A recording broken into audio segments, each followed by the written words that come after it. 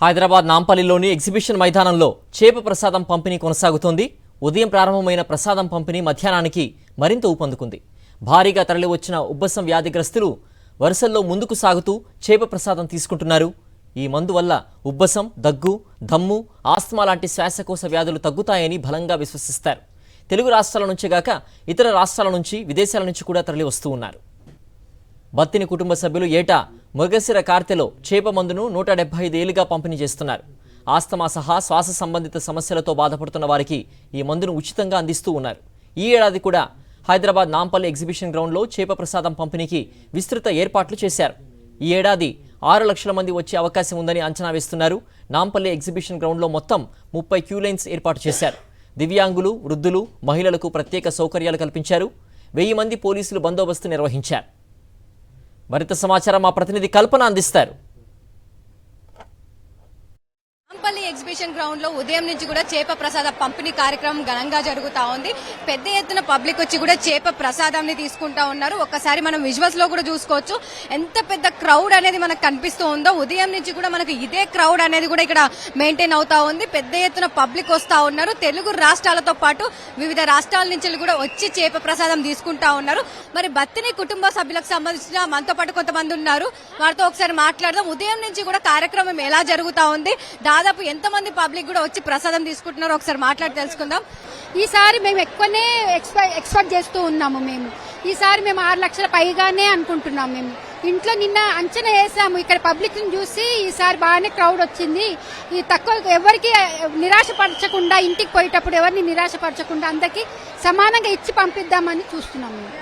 అంటే దాదాపు ఎన్ని చేప పిల్లలు కావచ్చు తీసుకొని వచ్చారు? ఇప్పటి వరకు ఎంత వరకు జరిగింది?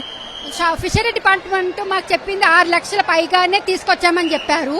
ఇప్పుడు పొద్దు నుంచి మాకు వేస్తుంటుంటే రన్నింగ్ పబ్లిక్ దాకా మాకు వేస్తూ ఉంటుంటే 2 లక్షల పైనే మాకు చేప ప్రసాదం మేము వేస్తున్నాము ఇప్పటిదాకా.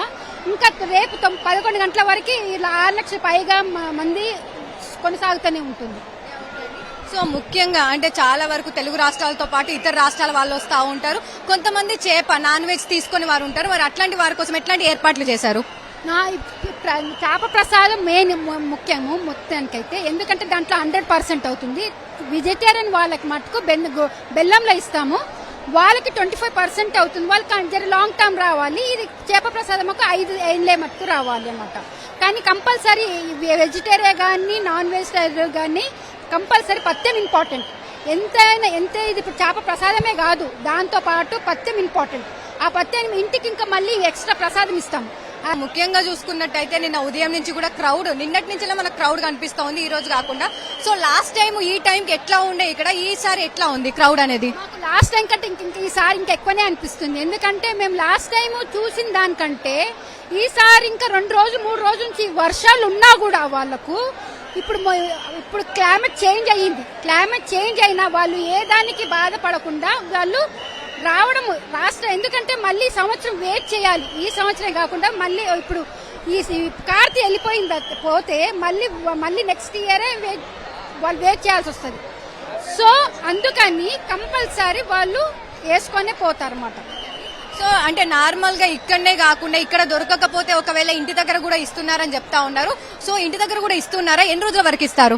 మేము 24 గంటలు ఎగ్జిబిషన్ గ్రౌండ్ లో ఇస్తామండి. అది ఎట్టి పరిస్థితుల్లో 24 గంటలు ఎన్ని లక్షల మంది వచ్చినా ఇస్తారు. ఇప్పుడు వీళ్ళతోటి వేరే వాళ్ళు వెళ్ళి అక్కడ ఇస్తున్నారు అని చెప్తే వాళ్ళు వచ్చేస్తే సడన్లీ వస్తే మాకు ఎట్లా అని చెప్పేసి అంటే ఇంటికాడ ఇస్తాం. 2 రోజులు ఇస్తామండి. 9, 10, 11 తారీఖు మేము ఇచ్చేస్తామండి. దాంతోపాటు రేపు ఉదయం 11 గంటల వరకు అయితే ఈ నాంపల్లి ఎగ్జిబిషన్ గ్రౌండ్ లో ఈ చేప ప్రసాద పంపిణీ కార్యక్రమం అయితే జరగనుంది. కెమెరా పర్సన్ చందుతో కల్పన, సాక్షి టీవీ, హైదరాబాద్.